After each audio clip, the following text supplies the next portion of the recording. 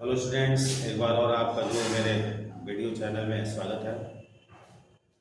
और इससे पहले हम लोगों ने डीएनए का जो मेजर कंपोनेंट होता है, जो जिससे डीएनए बनता है, उसके बारे में पढ़ा।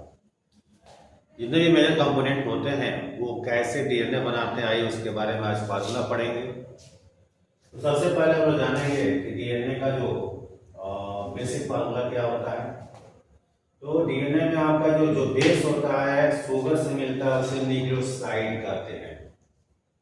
न्यूक्लियोसाइड से जो फॉस्फेट जुड़ता है उसे न्यूक्लियोटाइड कहते हैं, और इसी न्यूक्लियोटाइड को हम लोग जीन कहते हैं। And this is the unit of chromosomes.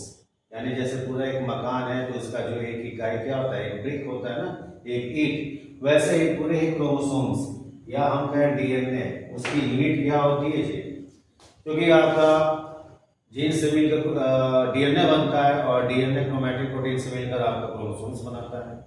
तो हम कह सकते हैं क्रोमोसोम्स का यूनिट क्या है, या डीएनए का जो यूनिट है वो क्या है, जीन। और वगैरह ये आपका जीन को या पॉलीन्यूक्लियोटाइड बोलो, न्यूक्लियोटाइड बोलो, न्यूक्लियोटाइड से न्यूक्लियोटाइड मिलता है तो पॉलीन्यूक्लियोटाइड चेन बनता है। यानी हम लोग बोले कि न्यूक्लियोटाइड जिसे हम जीन बोल रहे हैं, तो न्यूक्लियोटाइड से न्यूक्लियोटाइड जब जुड़ता है तो पॉलीन्यूक्लियोटाइड चेन बनता है, जिसे हम लोग डीएनए बोलते हैं। इस डीएनए से, यानी कि पॉलीन्यूक्लियोटाइड बोलो या फिर डीएनए बोलो, उससे क्रोमैटिन प्रोटीन मिलता है तो क्रोमैटिन थ्रेड बनता है। और यही आपके सेल डिवीजन के समय क्या होता है, क्रोमोसोम्स कहलाता है। Chromo means colour, so means body, यानी ऐसी बॉडी जो कलर में होती है, जो डिवाइड करके दो सेल का फॉर्मेशन करता है। आइए आगे देखा जाए, इसी को हम लोग इंप्लीमेंट करते हैं।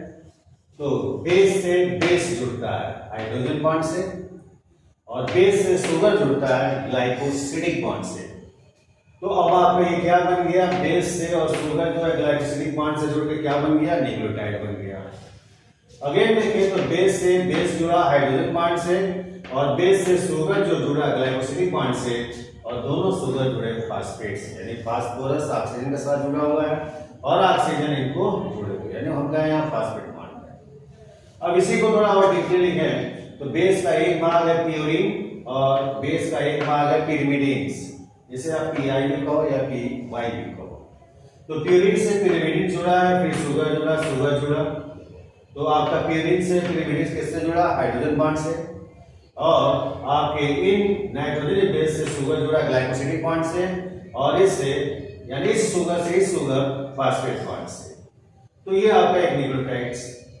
फिर आगे थोड़ा और डीपली चले तो प्यूरिन का, यानी प्यूरिन एक भाग आपका एडेनिन होता है और एक भाग ग्वानिन होता है।